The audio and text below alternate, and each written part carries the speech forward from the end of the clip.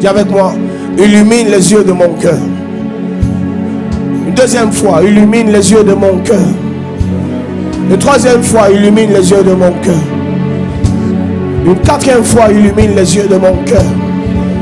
Une cinquième fois. Une sixième fois. Et une dernière fois, une septième fois. Est-ce que tu peux acclamer Jésus?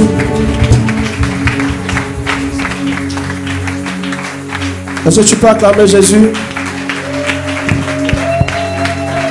Acclame Jésus.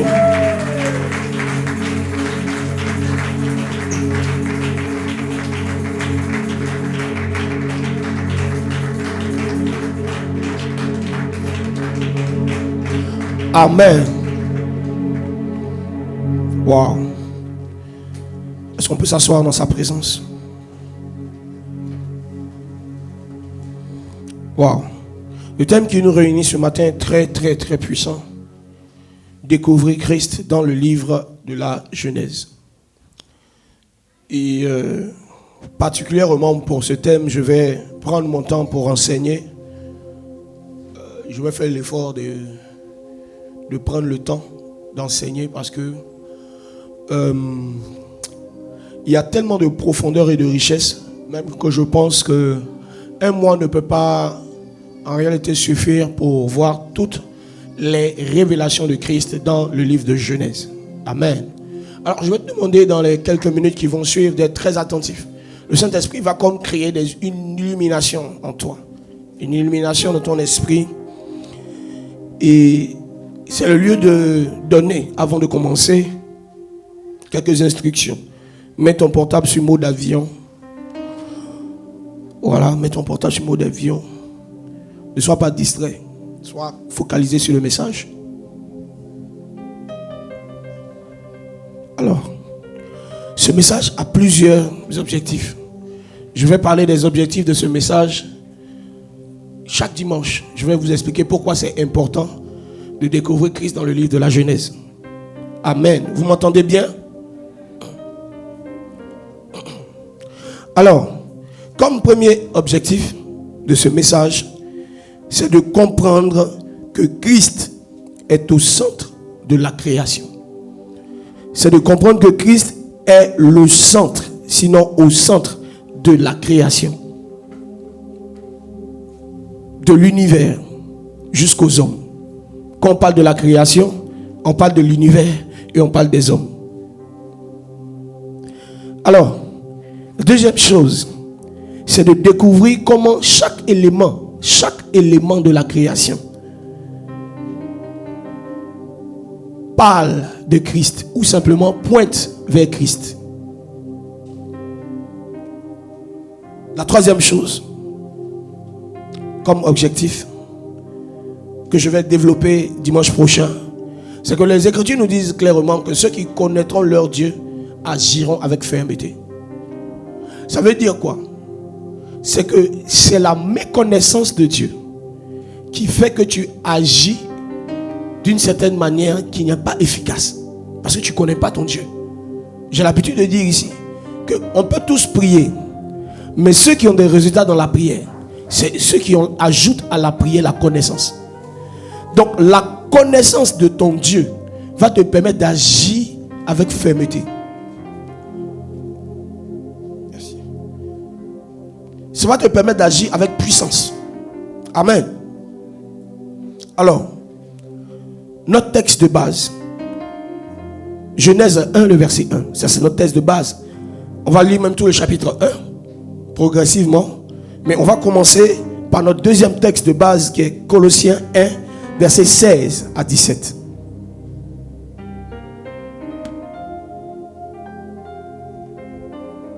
Colossiens 1, versets 16 et 17. Car en lui ont été créées toutes les choses qui sont dans les cieux et sur la terre, les visibles et les invisibles, trône, dignité, domination, autorité. Tout a été créé par lui et pour lui. Il est avant toute chose et toute chose subsiste en lui. Il est avant toute chose subsiste en lui. Mais on dit tout a été créé en lui, n'est-ce pas? il y a des profondeurs par rapport à ce seul passage peut nous faire peut-être une journée d'études. Ce seul passage. Tout a été créé en lui. Première vérité, c'est que quand on dit que Dieu créa les cieux et la terre, quelqu'un me cherche un passage où on parle des perfections invisibles de Dieu. Vous allez voir quelque chose. Quand on dit que Dieu créa les cieux et la terre, le terme créer, ça veut dire, si vous voulez, faire quelque chose à partir de rien. Il y a une différence entre un inventeur et un créateur. Un inventeur travaille la matière pour inventer un nouvel outil. Mais cette matière-là, cet outil-là, est, si vous voulez, la résultante d'une matière qui a déjà existé. Mais quand on parle de créer, c'est, si vous voulez, faire quelque chose à partir de rien. Maintenant, quand on dit que le Seigneur a tout créé, ça veut dire que il n'y a aucun matériel qu'il a utilisé pour créer. Tous les matériaux qui ont servi à la création sont sortis de lui. Parce que si tu dis que il est écrit que le Seigneur a formé l'homme de la poussière de la terre, j'ai une question pour toi. Qui a mis cette poussière-là? Cette poussière vient d'où? Elle vient de Dieu.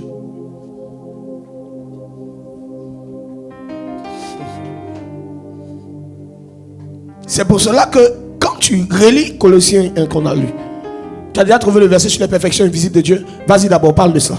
Romains 1, verset 20. Romains 1, verset 20. En effet, les perfections invisibles de Dieu. Les perfections invisibles de Dieu. Donc, on dit qu'en Dieu, il a été créé deux types de créations. Les créations qui sont visibles et invisibles. Des créations invisibles, il y a par exemple les esprits, comme les anges. Mais dans les créations visibles, il y a la poussière. Il y a des animaux. Au fait, toutes ces choses-là étaient en Dieu.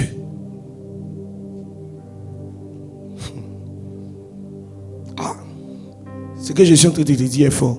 Je veux te dire que l'arbre même que tu es en train de voir, ça n'a pas existé avant l'existence de Dieu. Donc l'arbre même est sorti de Dieu. Il lit le verset. En effet, regardez bien. Les perfections invisibles de Dieu. Les perfections invisibles de Dieu. Sa puissance éternelle et sa divinité. Puissance éternelle et sa divinité. Se voit comme à l'œil depuis la création du monde. On dit la divinité de Dieu se voit à l'œil. Par quoi? En observant la création. Donc en réalité, pour que Dieu soit invisible, il a fallu qu'il enlève de lui ce qui est visible.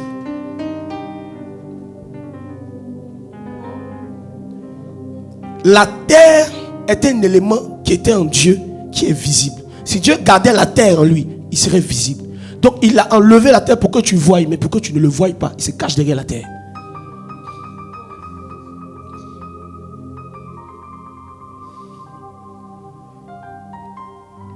On appelle cela les perfections invisibles de Dieu. Relis Colossiens 1, verset 16 à 17. C'est pour ça que je dis que ce seul passage peut nous faire une journée d'études. Regardez quelque chose. Car en lui ont été créés. Allons-y doucement, ma fille. On dit en lui. On dit que la création ne s'est pas faite hors de lui. La création s'est faite en lui. Oui.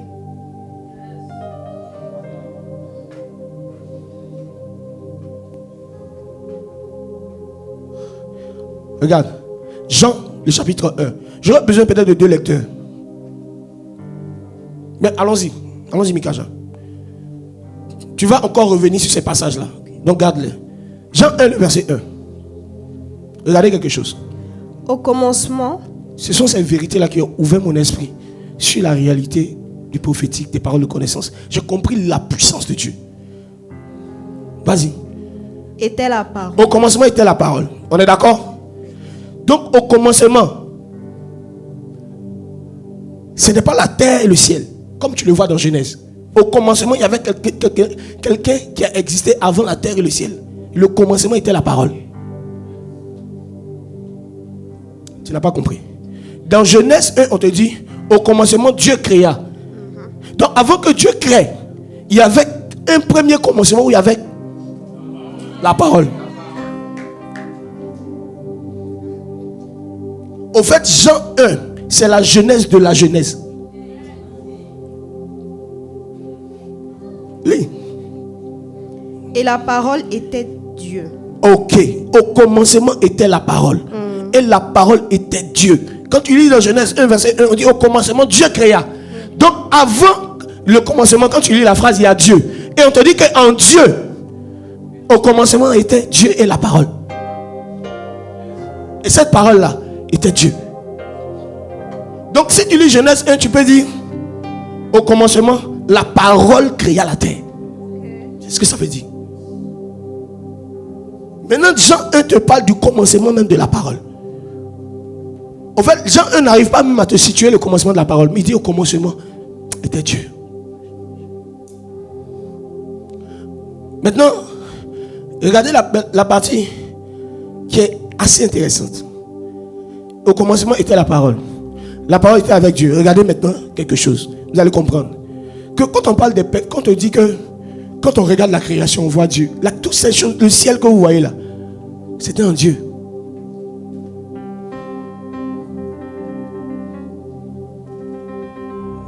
Allons-y. Au commencement était la parole. La parole était avec Dieu. Et la parole était Dieu. La suite. Elle était au commencement avec Dieu. Elle était au commencement avec Dieu. Continue. Toutes choses ont été faites par elle. Et toutes choses ont été faites par elle. Yes. Et rien de ce qui a été fait n'a été fait sans elle. De ce qui a été fait n'a été fait sans elle. Quand vous lisez dans le français, vous n'allez pas voir la profondeur de ce passage. Est-ce qu'on peut lire ça en anglais? Oui. En anglais, le mot rien de ce qui a été fait n'a été fait sans elle. Le mot c'est without. Ça veut dire rien de ce qui a été fait n'a été fait hors d'elle. Donc tout ce que tu vois qui a été fait, que l'homme ne peut pas reproduire, c'est sorti de la parole. Donc ces choses-là, c'est de cela que Colossiens 1 va te parler. Lis ça dans la version anglaise. In the beginning was the Word. The Word. And the Word was with God. Yes. And the Word was God. Yes. The same was in the beginning with God. Yes. All things were made by Him, and without Him was not anything made that was made. Without Him, c'est dit hors d'elle. Donc il n'y a rien qui est sorti hors de la parole. Donc même le matériel qu'on appelle la poussière que Dieu a pris pour créer l'homme, c'est sorti de lui.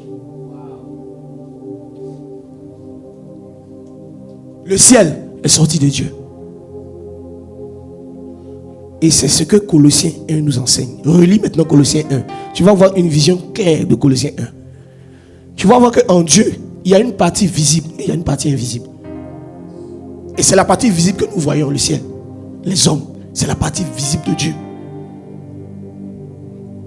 C'est pour ça que Jean va nous dire, si tu n'aimes pas ton frère que tu vois, comment tu peux dire que tu aimes Dieu que tu ne vois pas?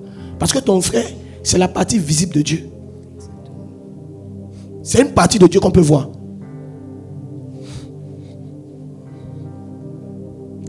Colossiens 1, verset. Car en lui ont été créées toutes les choses. On dit en lui ont été créées toutes les choses qui sont dans les cieux et sur la terre. On dit ce qui est dans les ciels et sur la terre ont été créés en lui. C'est dans lui. C'est-à-dire que, je ne sais pas comment je vais t'expliquer ça. Il a fabriqué ça dans lui d'abord. Okay. Continue. Les visibles et les invisibles. Donc on dit en lui là, il a été créé une matière qui est visible. Ça ne vous fait pas peur? Ça veut dire qu'en Dieu, je ne sais pas comment tu dis, les arbres là, ça a été créé en Dieu. Ce que toi tu arrives à voir aujourd'hui là, ça a été créé dans Dieu. Le premier arbre en tout cas, était créé en Dieu.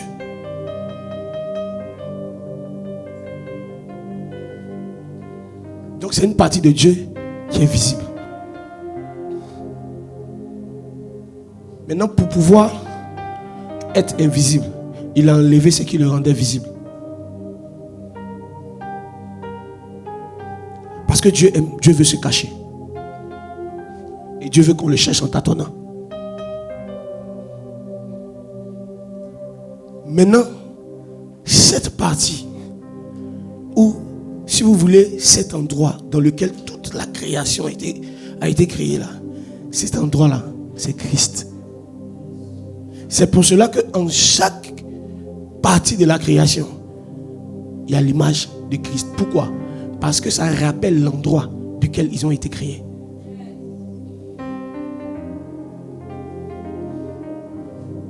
Vous êtes prêts? C'est de Jésus, c'est la viande. Regarde. Lisons Genèse 1, verset 1. Regardez quelque chose. Genèse 1, verset 1. Yes. Au commencement, Dieu créa les cieux et la terre. Uh-huh. La terre était informe et vide. Yes. Il y avait des ténèbres à la surface de l'abîme. Yes. Et l'Esprit de Dieu se mouvait au-dessus des eaux. Dieu dit que la lumière soit. Et la lumière fut. Ok. Premier point. Dieu créa. La parole créa le ciel et la terre.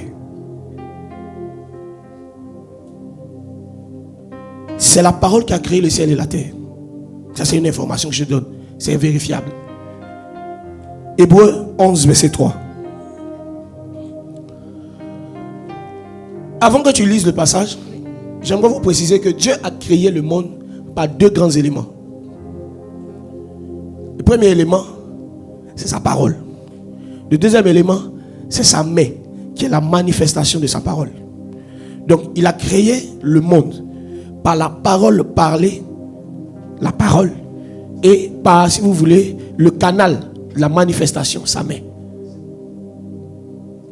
Hébreux 11. C'est ça? Hébreux 11, verset 3. C'est par la foi que nous reconnaissons que le monde a été formé par la parole de Dieu. Le monde a été formé par la parole de Dieu. En sorte que ce qu'on voit n'a pas été fait de choses visibles. Jesus Christ. Ce qu'on voit. Qu'est-ce que tu vois? Lorsque tu sors là, tu vois des arbres. Non? Qui était le premier poulet? Tu vois les poulets, non? Il dit ce qu'on voit a été fabriqué par des choses qui sont invisibles.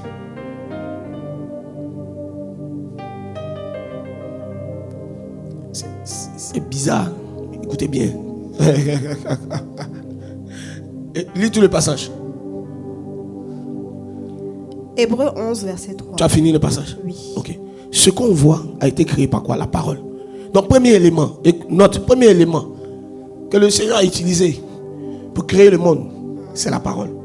Deuxième élément, Psaume 102, verset 26.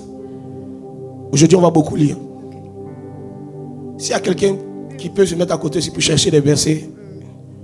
Psaume 102. Psaume 102. Psaume 102, verset 26. Je ne sais pas si dans d'autres versions, ce sera le 25. Tu as anciennement fondé la terre. Yes. Et les cieux sont l'ouvrage de tes mains. Il dit, tu as anciennement anciennement fondé la terre. Et les cieux sont l'ouvrage de tes mains. Donc, Dieu parle. Dieu fait. Dieu parle. Dieu, il fait. Ok. Donc, il y a deux éléments avec lesquels le Seigneur a créé le ciel et la terre. On est d'accord? Ok. C'est la parole et sa main. Merci. Vous suivez. Dans ces deux éléments, le simple fait de dire Dieu créa, c'est de Christ on est en train de parler.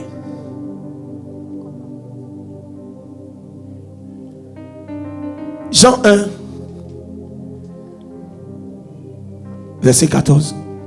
Quelqu'un d'autre prend Apocalypse 1, le verset 8. Jean 1, verset 14. Yes.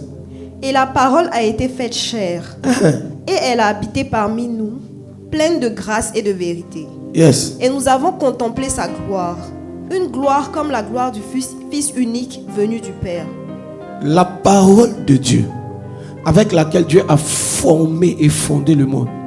On te dit que cette parole-là, elle a été faite chair, elle a habité parmi les hommes, et les hommes ont pu la voir. Donc cette parole-là, qui était invisible depuis le commencement, est venue sur terre pour qu'on puisse la voir. Qui est cette parole? Jésus. Apocalypse 1, verset 8. Apocalypse 1, verset 8. Apocalypse 1, Yes. le verset 8. Yes. Je suis l'alpha et l'oméga, Je suis l'alpha et l'oméga. dit le Seigneur Dieu, Dit le Seigneur Dieu. celui qui est, Celui qui est, qui était, qui était, qui vient, qui vient, le Tout-Puissant. puissant. Voici Jésus qui dit. Il dit, je suis l'alpha et l'o. Je suis le commencement et la fin. Donc quand tu lis ta Bible en Genèse, quand on dit au commencement, on parle de Christ.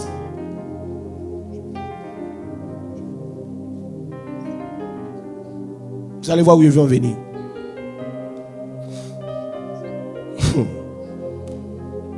C'est là qu'on commence à comprendre déjà.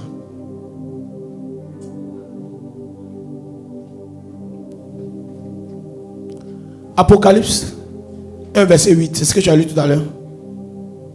Ce que tu as lu tout à l'heure.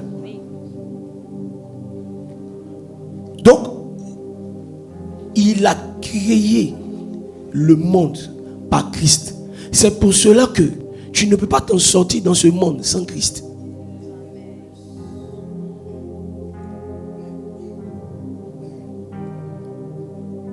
Parce que même le sorcier qui est en train de t'attaquer, c'est Christ qui l'a créé. C'est pour cela qu'un chrétien qui a peur d'un sorcier, c'est comme quelqu'un qui a le créateur et qui a peur de la créature. Parce que même les sorciers qui sont devenus, c'est-à-dire les démons, les démons qui sont des anges déchus là, ils ont été créés en Christ. Non, ils ont été créés en Christ. Pour bien te faire comprendre que quand Christ vient voir le fou de Gadara et le démon dit, tu es venu nous tourmenter avant le temps. Qui a donné l'information à ce démon là que c'est Christ qui va le tourmenter avant le temps? C'est parce qu'il le connaît depuis la création.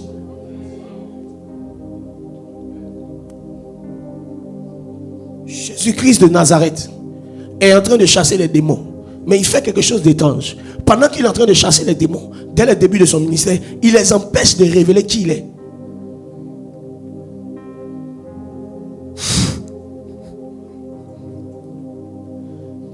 Il empêche à ces démons de révéler qui il est. Pourquoi? Un mystère, ce qu'il est. Les gens de son temps le connaissaient comme Joseph et Jésus, le fils de Joseph et de Marie.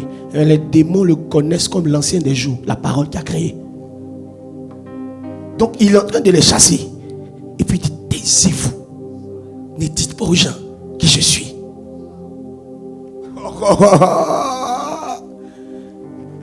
Ne dites pas aux gens, ne révélez pas mon identité avant le temps. Mais, dis avec moi, mais, il se trouve cette fois-ci devant Lucifer lui-même, en personne. Et là, nous ne sommes pas dans le temple. Tu vois? Donc, il n'y a pas moyen que si une information est révélée sur qui il est, tu vois, ça crée quelque chose. Donc, Lucifer le tente. Et puis, arrivé, on dit, Lucifer, tu ne tenteras pas le Seigneur, ton Dieu. Donc, celui qui était devant toi, il rappelle à Lucifer, Lucifer, je suis ton Dieu.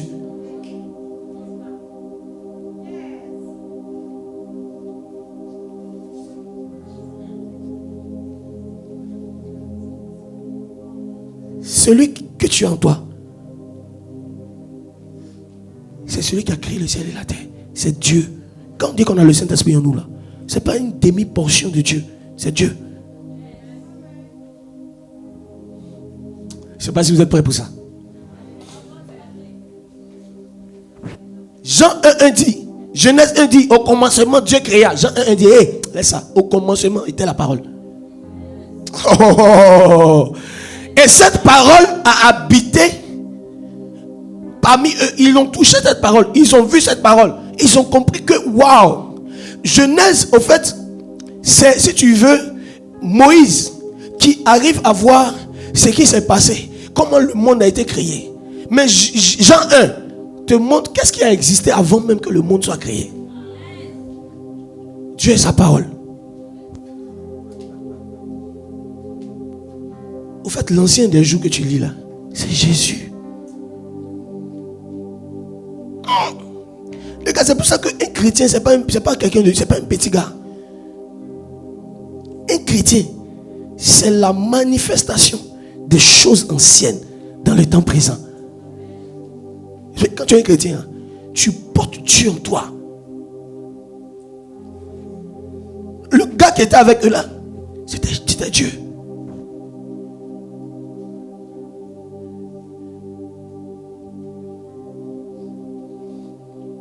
Mes frères, quand j'ai découvert ça, j'ai vu que c'est important de connaître ton identité en Christ.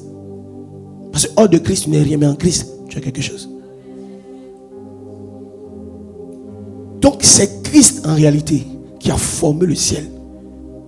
Celui que vous appelez le Fils, c'est lui qui a formé le ciel. C'est lui qui a formé la terre. Maintenant, pour être très profond, là, en fait, le ciel et la terre, là, quand on dit que Dieu créa là, l'endroit où il était, puis il était en train de créer là, c'était Christ.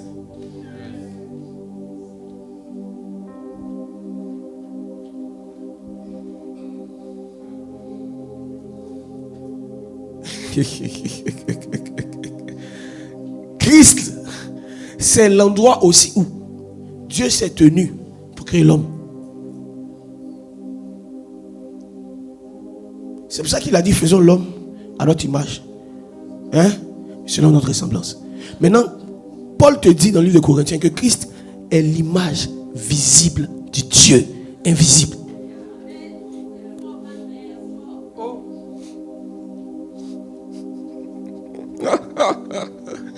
Ah, Jésus. Ah, les gars, c'est dosé. Hein? C'est pour cela que les Écritures te font comprendre une réalité.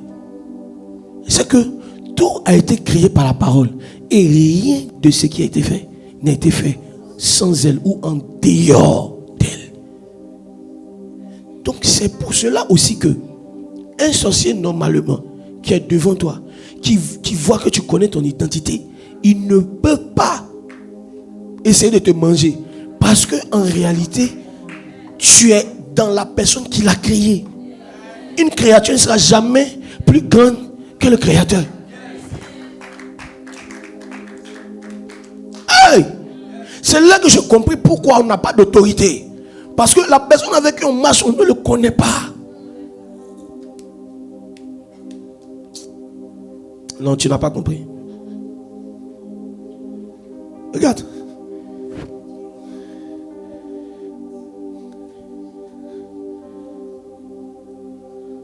Je me souviens.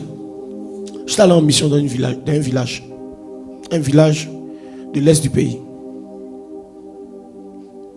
Et dans ce village-là, les gens ont un problème. On ne fait pas les cultes. En tout cas, il y a un jour là où on ne fait pas d'église. On ne fait pas de culte. Et j'étais encore célibataire à l'époque. Donc j'étais libre de mes mouvements. Ça dit quoi? Je pouvais aller vers certains dangers. Si je ne suis pas marié, je n'ai pas d'enfant. Il dit, allons-y faire le culte là. On va faire le culte. Pendant que nous sommes en train de faire le culte, je vois, je ne sais pas si vous avez déjà vu ça dans le passé, des gros vers de terre, des vers de terre balèzes, bien grands, commencent à venir. Je suis en train de prier. Je suis en train de partager. Et j'ai dit, vous voyez la puissance de Dieu. On entend dire, bah, Étonné. Le ver de terre est mort sur place. Le monsieur là qui a dit, il dit, papa, enfin, on va vite, on va rentrer. J'ai dit, mais tu as peur de quoi? On a Dieu avec nous. C'est pour ça que les Écritures nous disent, si Dieu est pour nous, si Christ est pour nous, qui sera contre nous? Quand on te dit qui là, ça veut dire qu'en fait, en face là, ils ne peuvent rien créer. En fait, tu n'as pas compris, ils ne peuvent rien créer. Ils ne peuvent rien créer parce qu'ils ont été créés. C'est pour ça qu'on dit qui sera contre nous. Pourquoi? Parce que l'identité de la personne qui est avec toi, c'est Dieu. C'est pour cela que moi je respecte les pères, je respecte beaucoup les doctrines qu'ils donnent. Mais il y a des doctrines là, si on ne t'a pas bien expliqué, tu vas partir dans l'erreur. Comme la doctrine de la Trinité, il faut bien expliquer les choses. Il faut connaître l'historique même de la Trinité. Il y a des choses quand tu ne comprends pas bien le sens. Tu as l'impression que le Fils est inférieur à Dieu.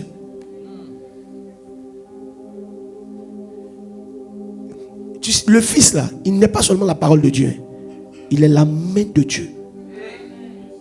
Je te montre ça. Jean 10. Jean 10. Verset 26. J'ai ce verset de mémoire. C'est ce qui a commencé à me faire marcher dans la puissance de la domination sur les esprits de famille. J'ai compris que les démons sont des plaisantins. Les sorciers, ils sont des plaisantins. On a Dieu avec nous. Qui peut être contre nous?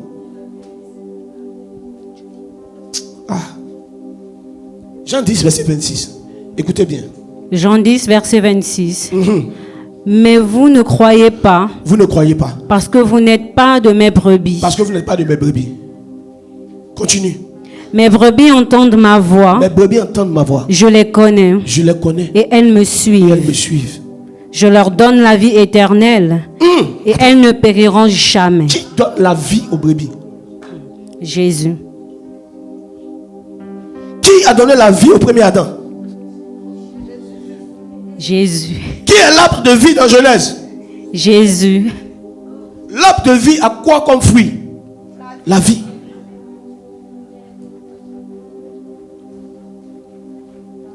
Continue. Et personne ne les ravira de ma main. Ok, regardez. Voici la partie intéressante.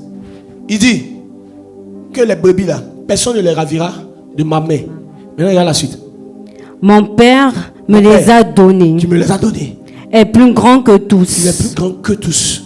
Et personne ne peut les ravir de la main de mon Père. Donc, quand tu regardes, l'image est simple. Voici, personne ne peut les ravir de ma main. Personne ne peut les ravir de la main de mon Père. Regarde maintenant le verset 30. Verset 30. Mon Père, moi et le Père, nous sommes un. Oh, les brebis, personne ne peut les ravir de ma main. Personne ne peut les ravir de la main de mon Père. En réalité, moi et le Père, nous sommes un. Nous avons la même main.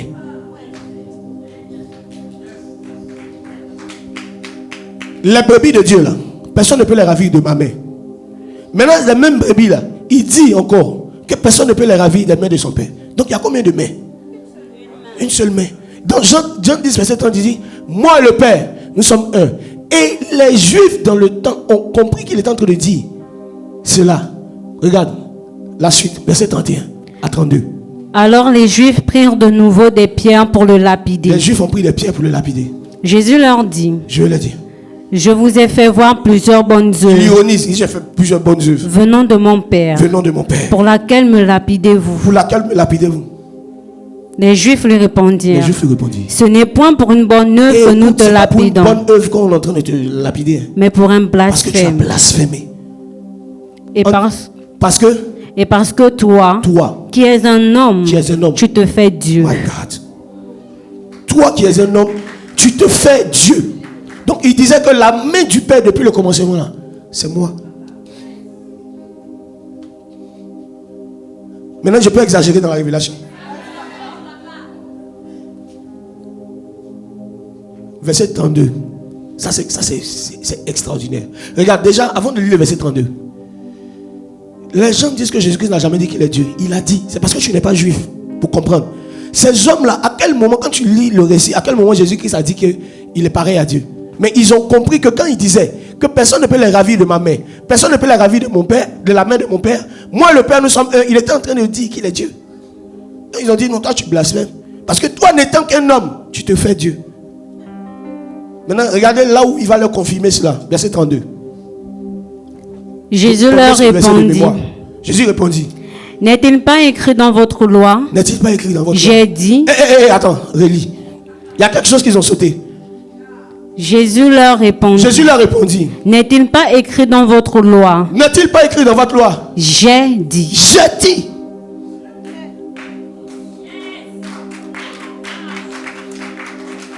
N'est-il pas écrit dans votre loi? Il a dit non. En fait, dans votre loi, là, celui qui avait dit là, c'est moi. J'ai dit quoi? Vous êtes des dieux. J'ai dit vous êtes des dieux. Wow. Prends les versions que tu veux. C'est ça, c'est ce qu'il a dit.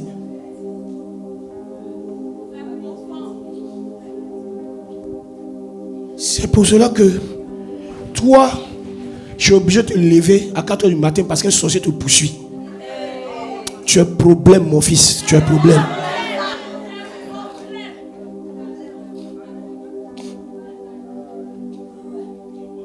Celui avec qui tu marches là, c'est pas un demi-dieu, c'est Dieu. C'est pour ça que la Bible dit que si Dieu est pour nous, qui peut être contre nous? Parce que même les esprits là, ils ont besoin des cieux. Ça veut dire que l'endroit même où ils se réunissent pour faire leur réunion là, c'est notre papa qui est le bailleur.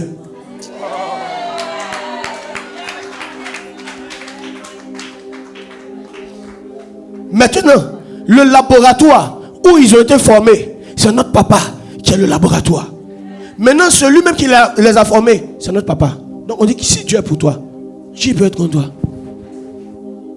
Parce que de la tête aux pieds, c'est celui qui est avec toi là. C'est lui qui les a fait.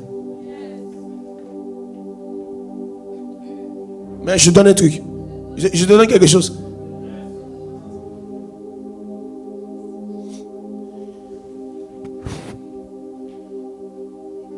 Ça, c'était pas prévu dans le message. Mais je donne un peu. Adam a été créé le quatrième jour? Hein? Le 6e jour. Donc ça veut dire quoi? Le ciel et la terre ont été créés avant Adam. On est d'accord?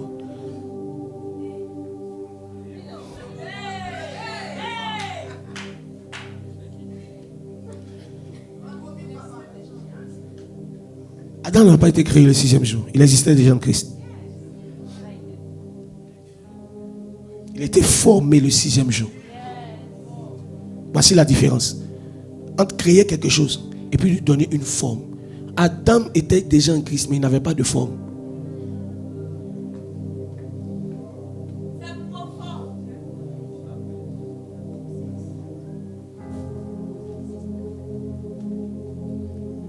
Maintenant, on dit que notre Père, c'est le Père des esprits.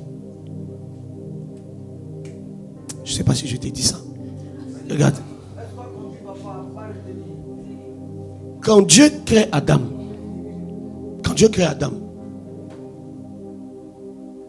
nous n'étions pas là. Et ça n'a pas mentionné dans Genèse. Ce que Genèse te mentionne, c'est la formation d'Adam.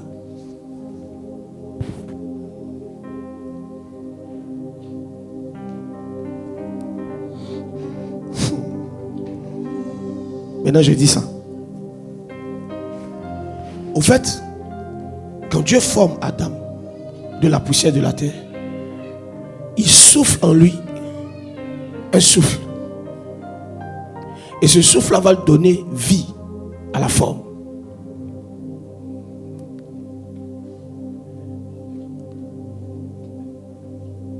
Quand Dieu crée Adam, quand il le crée, il souffle. Vous avez retenu ça, non?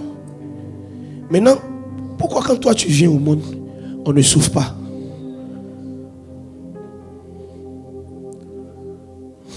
Parce que quand Dieu était en train de créer Adam, il est en train de te créer aussi.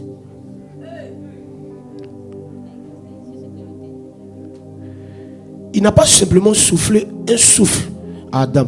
Il a soufflé le souffle de toutes les générations qui devaient venir. Et ça fonctionne selon le principe de la duplication. Quand je te donne une photo, je t'envoie une photo par WhatsApp. N'est-ce pas que je t'envoie une photo?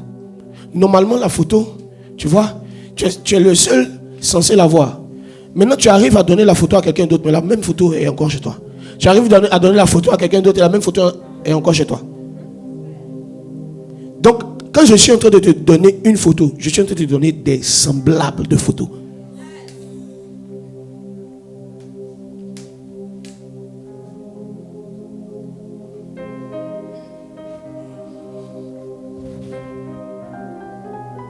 Adam existait déjà en Dieu. La preuve qu'il y a une différence entre l'existence et la formation, c'est ce qu'il dit à Jérémie. Avant que tu ne fusses formé dans le vent de ta mère, je te connaissais. Je t'avais déjà établi prophète des nations. Donc en Dieu, il y avait les esprits des savants. En Dieu, il y avait les esprits des chantres, des prophètes, des apôtres, des développeurs. C'est pour ça que tu nais avec des habiletés. Tu ne sais pas comment ça arrivé. Mais parce que tu étais déjà en Dieu. Et s'il veut te choquer, il te dit que tu faisais ça déjà en Dieu.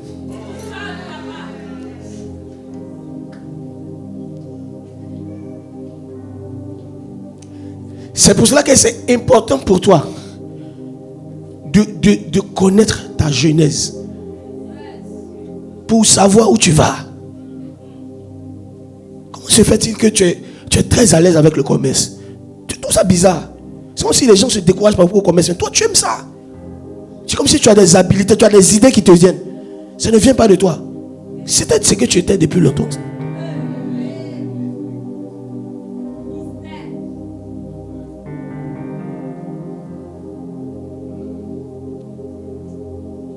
Jésus-Christ est la parole de Dieu.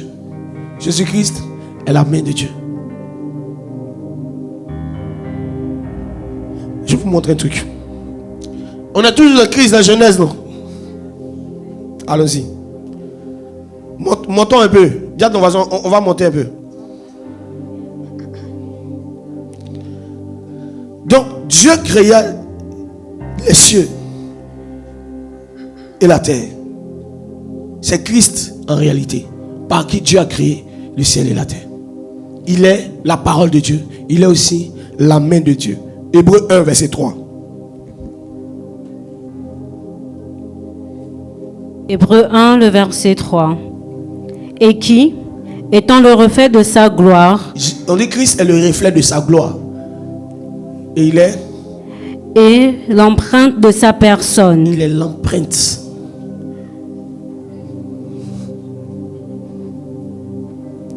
On dit l'empreinte de sa personne. Ça veut dire que Dieu a une personnalité. Et cette personnalité-là, son empreinte digitale, c'est Christ. Les hommes vont aller très loin. Ils vont faire que tu peux reconnaître un téléphone à l'empreinte digitale. Donc on te dit que pour savoir que le doigt de Dieu est sur quelqu'un, il y a une empreinte digitale, Christ. Maintenant, on pose une empreinte, prenons le portable pour donner accès. C'est pour cela que Amos va aller loin. Il va dire, il n'y a pas de mal qui peut arriver à un enfant de Dieu. Si seulement Dieu n'est l'auteur, si on a déverrouillé ça avec l'empreinte digitale. Ils n'ont pas compris. Christ est l'empreinte de Dieu. Quand toi tu portes ton portable, si tu as verrouillé ça avec ton empreinte, qui peut entrer dedans, regarder tes messages? Il faut que la personne ait ton empreinte. Donc si un démon veut avoir accès à ta vie, le démon doit avoir. Il doit avoir l'empreinte de Christ. Maintenant, il ne peut pas avoir l'empreinte de Christ. Donc, si Dieu toi qui marches dans la sanctification, tu marches avec Dieu. Si Dieu n'a pas donné accès à ta vie, personne ne peut lui donner accès à ta vie. Parce que c'est verrouillé avec l'empreinte de Christ. C'est ces secrets-là qui te font marcher de la domination.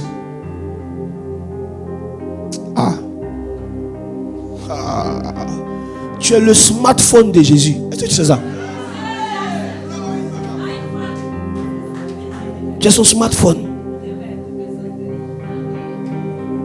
C'est pour cela que tu dois t'interroger. S'il y a des choses que tu vois les démons en train de te faire vivre, qui leur a donné accès?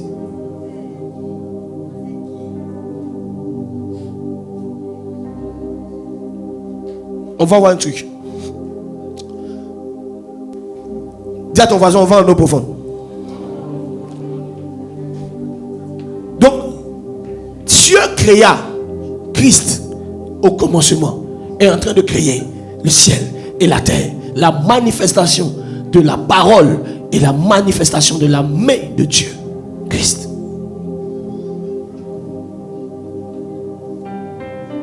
Parlons maintenant de la création des luminaires avant de venir sur les différentes créatures terrestres et célestes. Là encore, on te parle de Jésus. Aujourd'hui, particulièrement, à partir de peut-être la semaine prochaine, je vais traiter par thème. Mais aujourd'hui, le Saint-Esprit m'a dit de vous montrer comment on voit Christ dans la Genèse 1 seulement. Allons-y ensemble. Genèse le chapitre 1, versets 3 à 5. Dieu dit que la lumière soit. Que la lumière soit. Et la lumière fut. Et la lumière fut. Dieu vit que la lumière était bonne. Yes. Et Dieu sépara la lumière d'avec les ténèbres. Ok. Dieu vit que la lumière était bonne et il sépara la lumière d'avec les ténèbres. Vas-y, jusqu'au verset 5. Dieu appela la lumière jour. Dieu appela la lumière jour. Et il appela les ténèbres nuit. Et il appela les ténèbres nuit. Ainsi, il y eut un soir. Il y eut un soir. Et il y eut un matin. Et il y eut un matin. Ce fut le premier jour.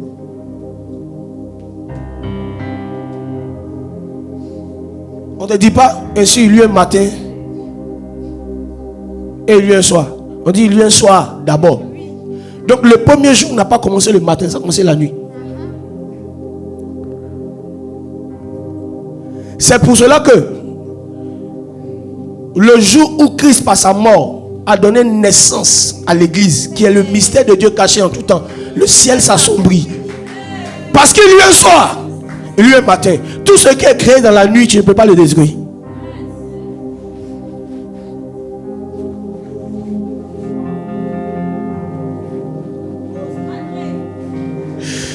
Yes.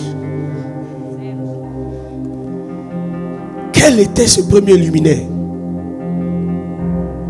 C'était Christ. Il y a eu 3 luminaires. Le premier a précédé les 2 autres. Et le premier, c'est celui que j'ai appelé le luminaire incréé. Le luminaire ancien. Christ.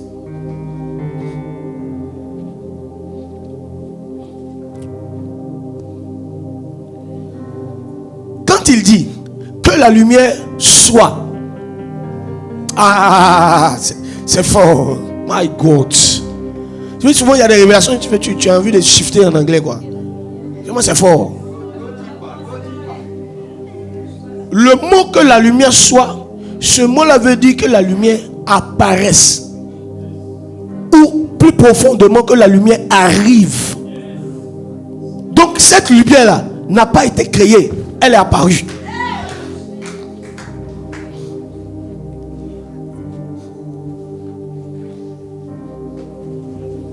Tiens, ton frère venait d'où? C'était Christ. Je te montre ça dans les Écritures. Mais regarde ça, je reste dans Genèse 1. Je vais te faire remarquer un détail. C'est qu'on dit que Dieu sépara la lumière avec les ténèbres. Donc cette lumière-là, elle brillait du sein des ténèbres. Les lecteurs de la Bible ont déjà capté.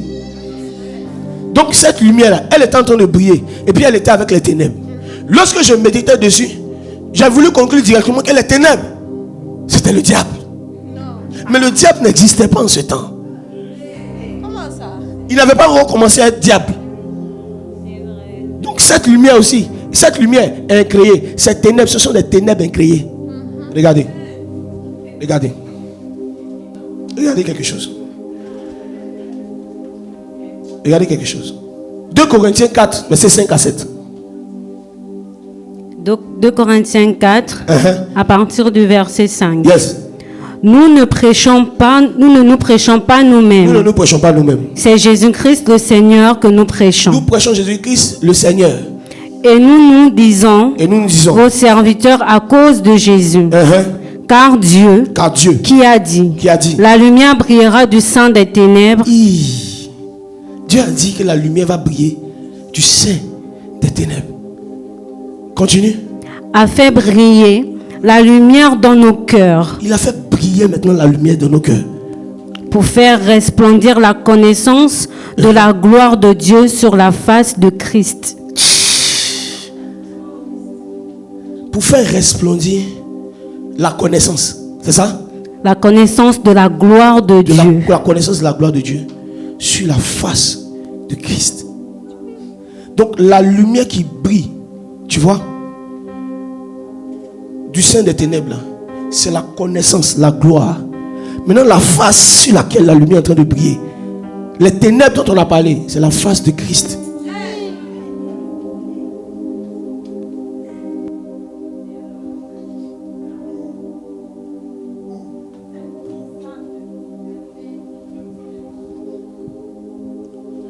Dans 2 Corinthiens, Paul est en train de te dire ce qui s'est passé le premier jour. En fait, quand tu lis les évangiles, dans les évangiles là, il y a des petits indices qui t'expliquent des choses qui se sont passées réellement à la création. Relis ce passage. Ils vont comprendre. On va aller pas à pas. Car Dieu, qui a dit. Dieu a dit. Donc, Paul est en train de te ramener à ce que Dieu a dit. Donc, il ne te parle pas de quelque chose qui se passe d'abord dans le présent.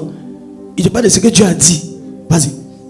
La lumière brillera. La lumière va briller. Du sein des ténèbres. La lumière sera en train de briller depuis les ténèbres.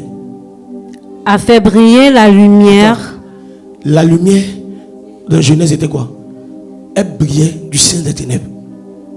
C'est ce qu'il a dit dans Genèse. Et Dieu sépara la lumière d'avec les ténèbres. Donc ça veut dire que cette lumière continuait de briller, mais elle était avec les ténèbres. Continue. A fait briller la lumière dans nos cœurs. Il a fait briller maintenant cette lumière-là. Elle habite maintenant en nous. La même lumière qui était...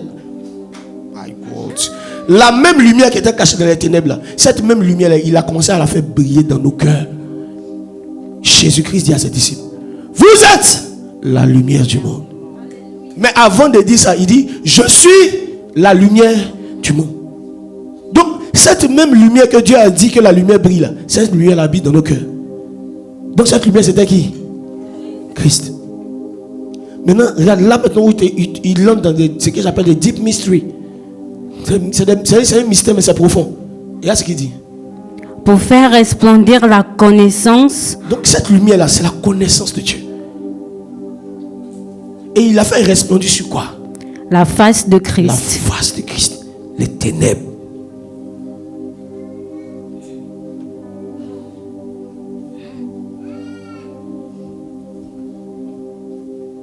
Dans Jean 17, parmi les sujets pour lesquels Jésus prie, il dit Seigneur, je leur ai fait connaître ta voix.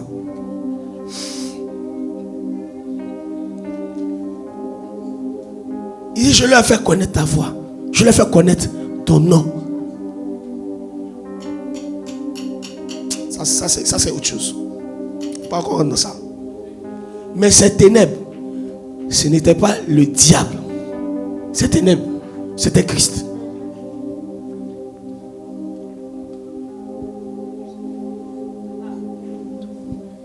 Regardez quelque chose. Au fait, la lumière était Christ. Et même les ténèbres étaient Christ. Je vais vous expliquer ça. On a le temps.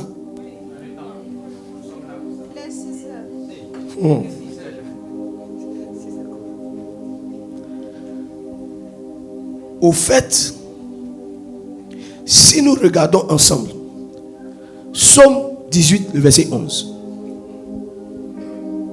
Psaume 18, à partir du verset 11. Il était monté sur un chérubin et il volait. Il planait sur les ailes du vent. Il faisait des ténèbres sa retraite.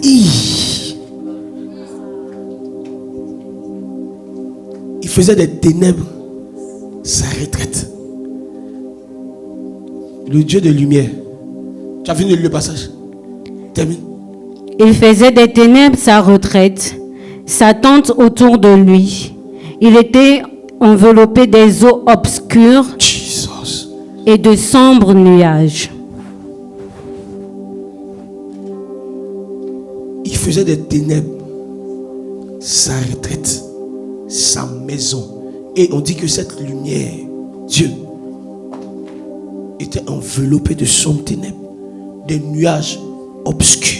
Ce sont ces nuages qui étaient dans Genèse.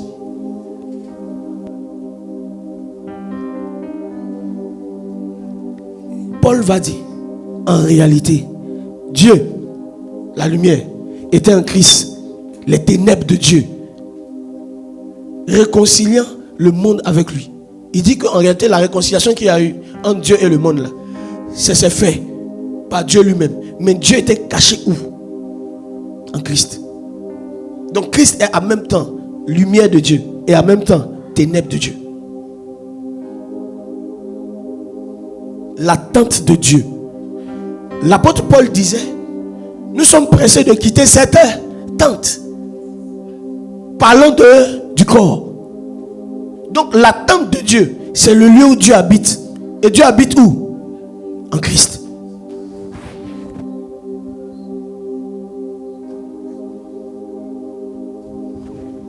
Regardons quelque chose.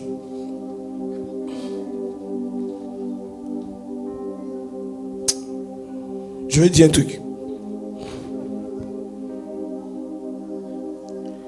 Au fait, les ténèbres, là, c'est ce qu'on appelle le mystère de Dieu, caché en tout temps.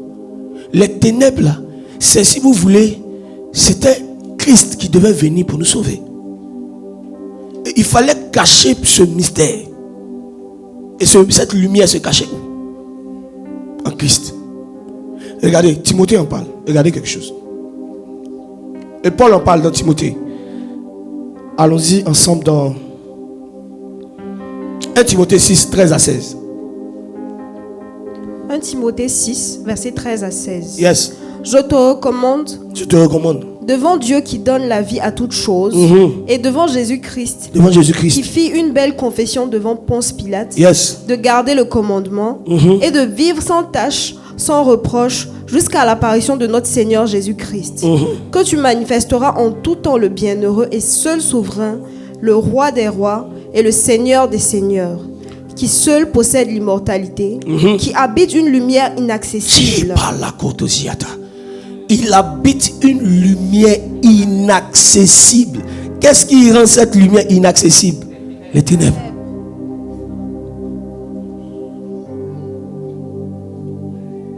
Ah, c'est trop.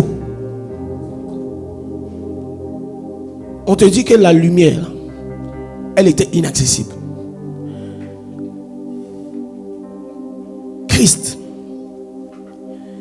était un Dieu. Et au fait, arrivé un moment, Christ était un Dieu. C'est du trône du Père qu'il est sorti. Tu vois? Pour nous sauver. Mais cette lumière-là, Dieu avait fait exprès. Ce plan avait fait exprès de maintenir ce plan dans les ténèbres jusqu'à ce qu'il dise pour le premier jour que la lumière soit. Donc ça parlait de la venue de la lumière sur la terre des hommes. Et là, ce fut le premier jour. Le mot jour dans l'hébreu est comme aussi dans le grec. C'est un mot qui peut désigner jour. C'est un mot qui peut désigner aussi année. Jésus-Christ dans Luc 4, il prend le chapitre d'Ésaïe. Il dit, je suis venu proclamer une année. Une année de grâce. Premier jour.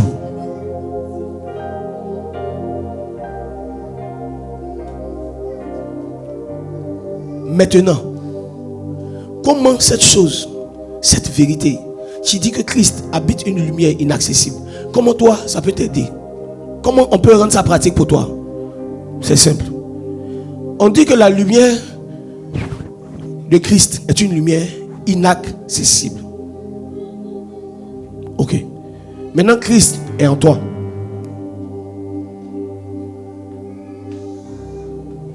Donc, ça veut dire que toi, tu as non seulement accès à la lumière, mais tu portes en toi la lumière.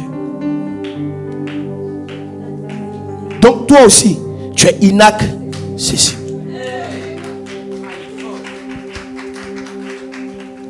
Tu es inaccessible parce que tu abrites en toi l'inaccessibilité. Par excellence, personnifié Christ. Mais tu as raté quelque chose. Au fait, de la même manière que Christ, comme les ténèbres de Dieu abritaient Dieu en lui, toi aussi, tu es les ténèbres de Christ. Parce que tu abrites en toi la lumière de Dieu.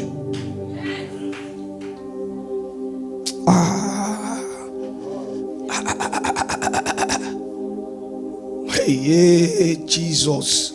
Regardez. Somme 14, verset 20. Non, pardon. Jean 14, verset 20. Jean 14, Yes. à partir du verset 20. My God. En ce jour-là, En ce jour-là. vous connaîtrez que je suis en mon Père. Attendez. En ce jour-là, Jésus parle à ses disciples. Il dit, vous allez connaître que je suis en mon Père. Que vous êtes en moi Que vous êtes en moi. et que je suis en vous. Comment vous êtes en moi? En même temps, je suis en vous. Ah! C'est bizarre. Je vous explique ça. J'ai besoin de 3 personnes. 3 personnes. Ok. Mais j'ai besoin de quelqu'un qui n'est pas trop grand détail pour aider les autres à voir. Voilà. Ok. Bon, tu es un peu grand aussi. Bon, viens quand même. Ok. Voilà, donc viens. J'ai besoin d'une autre personne.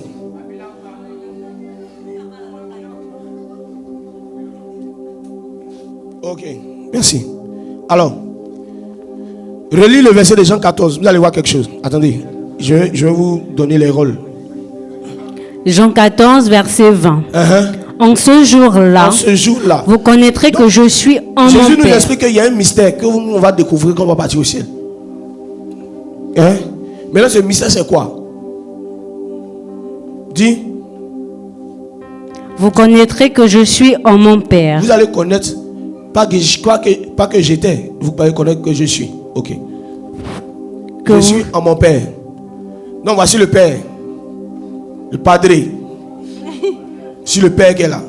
C'est bon? Là comme vous le voyez? Ok. Donc je suis le Père. Voici le Père qui est là. Ok. Voici le Père qui est là. Maintenant, Jésus est en train de parler. Viens, Jésus. Jésus, laisse ta caméra, pardon. Tu ne peux pas laisser. Ok. D'accord. Donc Jésus dit, je suis en mon Père. Ok. Mets-toi juste là. Jésus est dans le Père. La suite. Que vous êtes en moi. Et donc vous, les chrétiens, venez. Vous êtes en Jésus. Jésus vient ici. Vous êtes en Jésus, donc ça dit quoi? Jésus est dans le Père. Vous êtes en Jésus. C'est ça, non? Maintenant regarde la suite. Et que je suis en vous.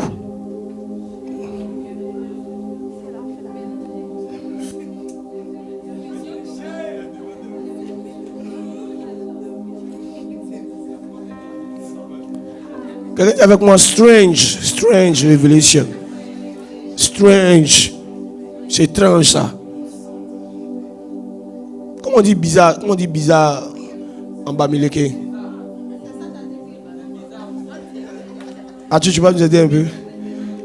Eh, tu as un bamileke de Yaoundé, tu as un bamileke de la ville.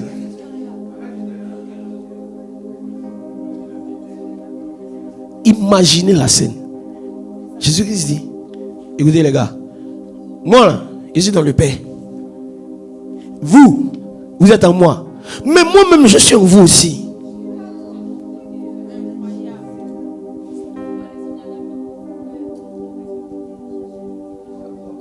Qui a vu?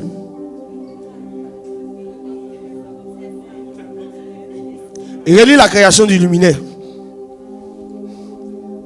Genèse 1, verset 3. Dieu dit Dieu dit que la lumière soit. que la lumière soit. Et la lumière fut. Et la lumière fut. Dieu vit que la lumière était bonne. Et Dieu sépara la lumière d'avec les ténèbres. Donc avant que Dieu sépare la lumière avec les ténèbres et la lumière étaient comment? Ils étaient mélangés. Voici les ténèbres et la lumière.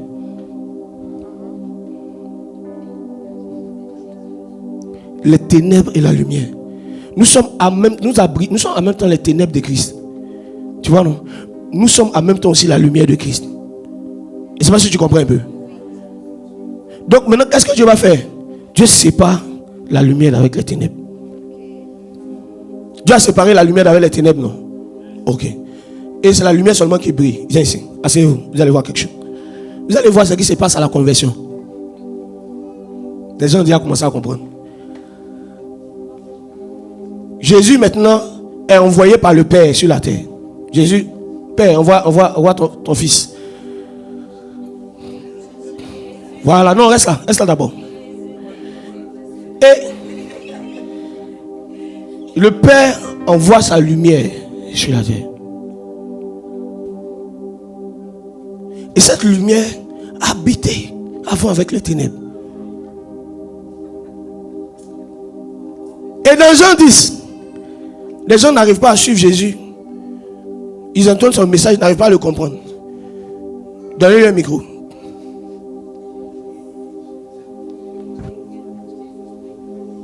Vous allez comprendre pourquoi vous résistez à la conversion.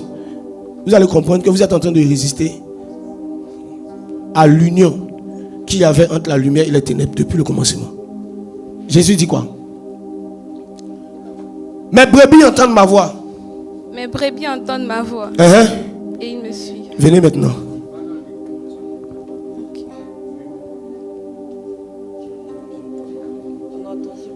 Donc, ça veut dire quoi? Quand Christ vient, il connaît ton esprit. Vous avez une intimité. Parce que tu as été créé en lui. De la même manière qu'il a dit, vous êtes en moi. Donc tu as été créé en lui. Maintenant, il veut être en toi. Comme c'était au commencement, la lumière habitait avec les ténèbres. Donc quand tu entends la voix du Seigneur, la conversion là, c'est le cri de la lumière depuis le temps ancien qui faisait que les ténèbres et la lumière étaient une. C'est ce cri là que tu entends. C'est pour ça qu'il dit, mes brebis entendent ma voix. Elles me reconnaissent. Elles me suivent. Elles me reconnaissent comment? C'est maintenant qu'elles viennent de me connaître. Elles me connaissaient depuis le temps passé. Et c'est ce qu'il a dit à Jérémie. Il dit, avant que tu ne sois conçu dans le ventre de ta mère, je te connaissais. Donc on a eu une intimité de la même manière que la lumière et les ténèbres ont une intimité. Donc c'était une image de Christ et de l'Église.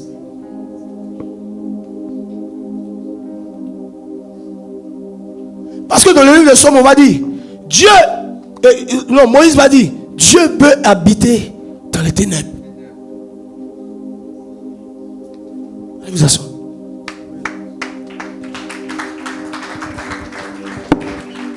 Donc quand tu entends un message comme ça là, l'évangile qu'on vient te prêcher pour te dire convertis-toi là, c'est moi qui suis en train de te parler.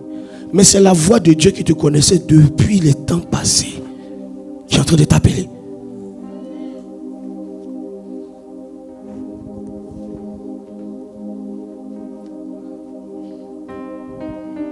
Est-ce que vous savez que nous tous, Dieu nous connaît? Avant même que tu viennes sur terre, il te connaissait déjà.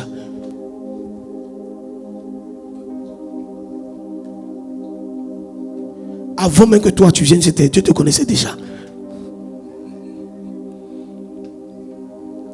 C'est pour cela que tu es présent ici. C'est parce qu'à l'intérieur de toi, tu ne sais pas comment, mais il y a quelque chose qui te lie à Dieu. Et ce qui te lie à Dieu, ça n'a pas commencé depuis 2010 tu t'es converti. C'est depuis les temps anciens.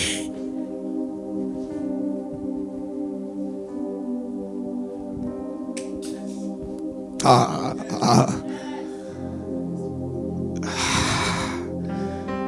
aura un tas de questions-réponses sur ce sujet.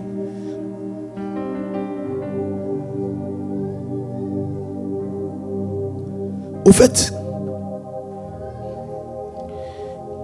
les esprits que nous voyons là, les esprits des hommes, pardon, sont des esprits qui ont été marqués par Dieu pour accomplir quelque chose de bien défini sur la terre. C'est pour cela qu'il dit clairement que, tu sais, Jérémie, prenons le passage de Jérémie. Il dit, avant que tu ne sois formé, conçu dans le ventre de ta mère, je te connaissais déjà. Le mot connaître, ça veut dire qu'on avait une intimité.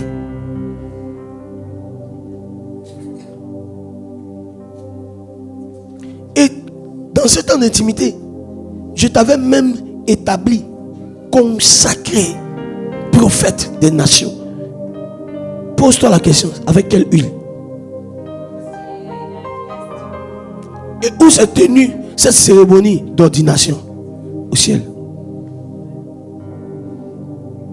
Donc chaque esprit qui vient sur la terre a un but bien défini. C'est parce que tu ne connais pas ce but-là que ta vie tourne en rond. Parce que tu es venu sur la terre et on a comme tué en toi. Maintenant c'est là maintenant que ça va devenir bizarre. Chris, shift un peu. Tu es venu sur la terre, on a tué en toi une partie, tu vois, de ta connaissance de ce monde spirituel. Quand vous prenez un enfant, quand l'enfant vient au monde, remarquez quelque chose. Tu mets l'enfant sur une table, l'enfant veut sauter. Parce que dans le monde des esprits, on vole. Donc, quand on éduque un enfant, on tue une partie de sa spiritualité pour lui montrer que dans le monde, on ne fait pas ça. C'est pour cela que tu peux te retrouver, regarder des scènes, veiller sur les gens pendant que je suis en train de parler. Et puis tu te dis, cette scène-là, j'ai déjà vécu ça. Tu as vécu ça où? Quand tu étais en Dieu. Quand tu étais dans les ténèbres de Dieu. Il dit, mes brebis entendent ma voix. Elles me reconnaissent et elles me suivent. Au fait, comment se fait la conversion? Quand tu viens sur terre, tu viens par des parents qui ne connaissent pas qui tu es, qui ne connaissent pas que Dieu avait appelé Maurice depuis le sein de sa mère pour être quelqu'un qui sera établi chantre, qui sera établi évangéliste. Donc Maurice est là et Maurice est dans le monde. Il tombe dans les choses du monde, il oublie son identité.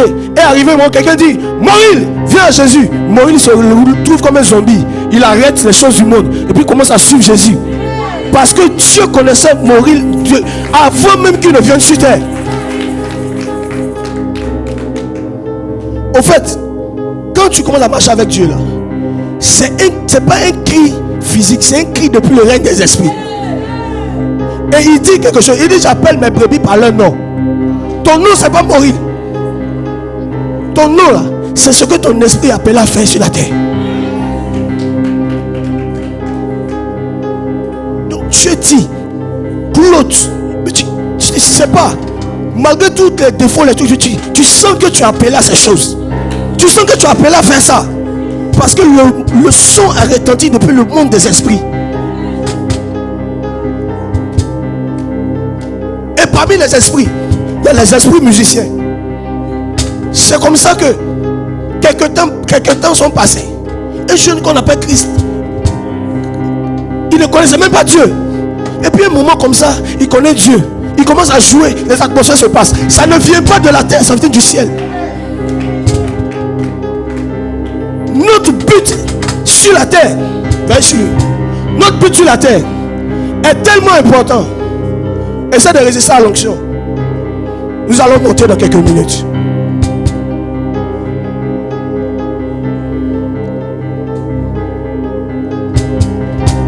Qu'est-ce qui se passe, mes frères? Comment on se convertit? C'est un cri qui est depuis le ciel. La lumière soit. Je te dis une profondeur.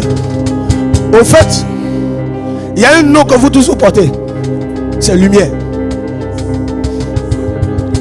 C'est pour cela, c'est notre nom de famille, merci. C'est pour ça qu'on dit Le diable se déguise en ange de lumière. Donc tu es là, tu es dans le péché. Et puis tu entends l'évangile. Physiquement tu entends l'évangile. Mais dans le monde des esprits, quand la lumière arrive. Quand la lumière arrive. Et quand tu entends que la lumière arrive, c'est comme si ton cœur commence à voir que la vie dans laquelle tu es là, c'est pas bon. Ça, même tu n'as jamais voulu vivre ça.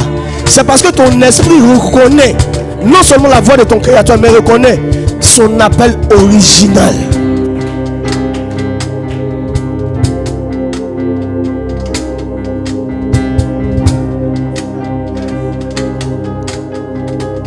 Dis à ton voisin, Dieu te connaissait. Dieu savait même que tu allais être ici.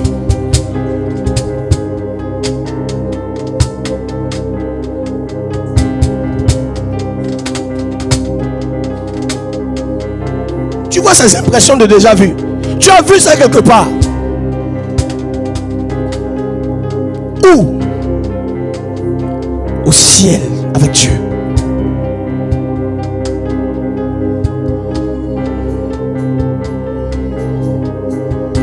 Colossiens 1.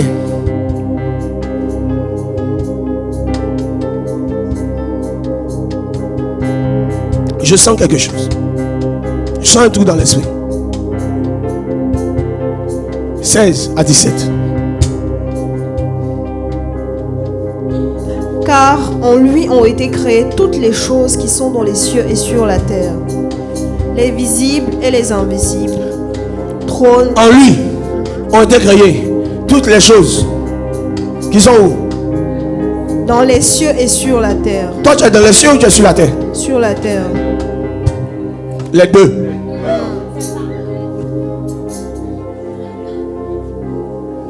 Donc quand on te prêche l'évangile, qu'est-ce qui se passe? Tu es en même temps sur la terre. Tu es en même temps dans les cieux. Donc quand on te prêche l'évangile, qu'est-ce qui se passe? Dieu parle à ton esprit dans les cieux. Et ton corps réagit sur la terre. C'est pour cela que Christ a dit: personne n'est descendu du ciel si ce n'est le Fils de l'homme qui est dans le ciel. Donc il était sur la terre et en même temps il était au ciel. Tu n'as pas donné ta vie à Jésus pour rien. Tu as été appelé à ça. Même le fait que tu es en train même de lutter. Non. Est-ce que je m'engage dans un département?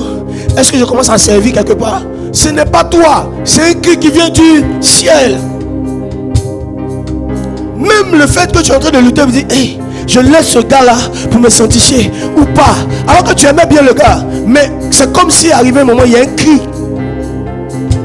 qui est donné depuis le ciel. Maintenant, je vous explique ce qui se passe. Dieu parle à ton esprit. Les hommes parlent à ton corps. Donc tu vois, quand je suis en train de parler de cela, ça te rappelle des expériences que tu vivais quand tu étais plus jeune.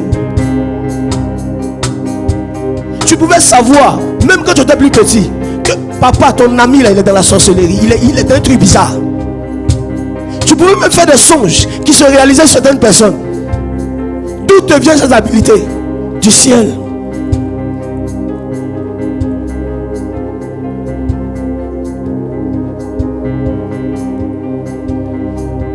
Voici mon point aujourd'hui.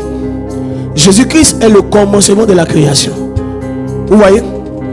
Il est le début de la création. Il est la fin de la création. Mais encore plus, la création a été créée en lui. Donc ça veut dire quoi? Ce que tu es en train de faire aujourd'hui là, pour Dieu, ce n'est pas un appel qui a vu le jour de ta conversion.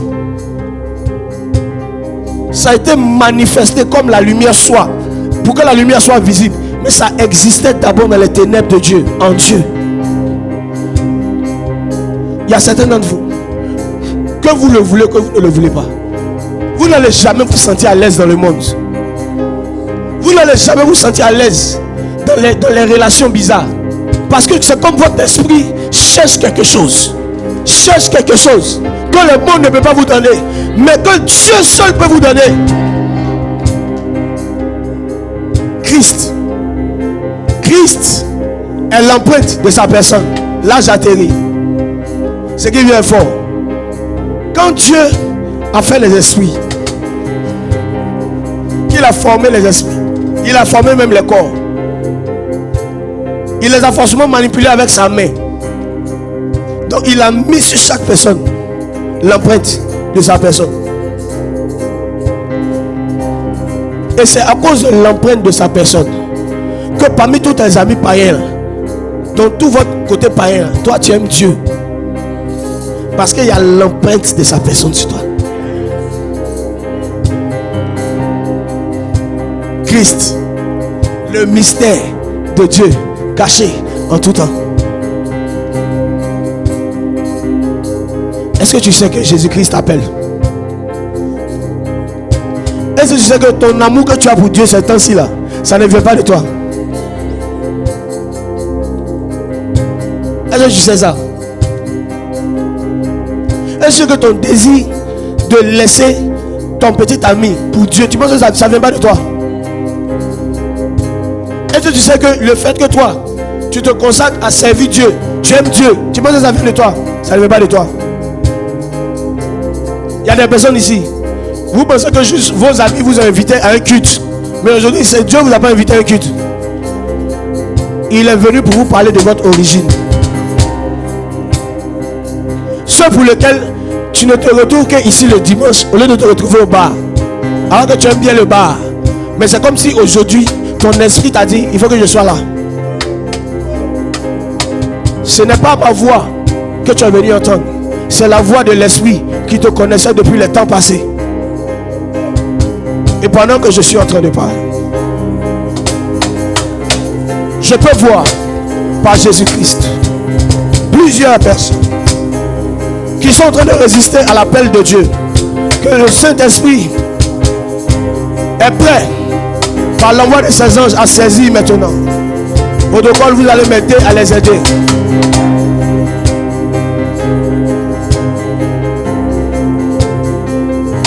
Christ est en train d'appeler quelqu'un ici à sortir de la masturbation, à sortir de la pornographie, à sortir des relations sexuelles illicites.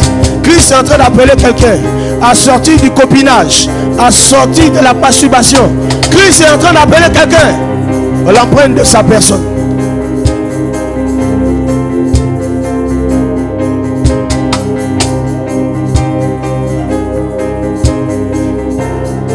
Dieu est en train d'appeler quelqu'un ici. Qui enverrai-je? Qui va délivrer cette famille? C'est toi. Parce que je t'ai préparé pour ça.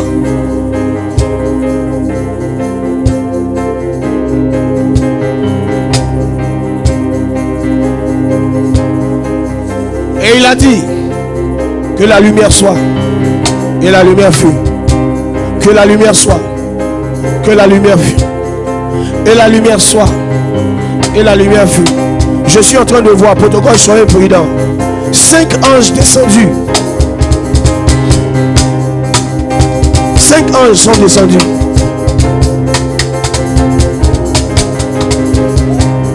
Et au son de la musique, le mouvement s'intensifie. Et ils me disent, nous sommes venus chercher les esprits des prophètes.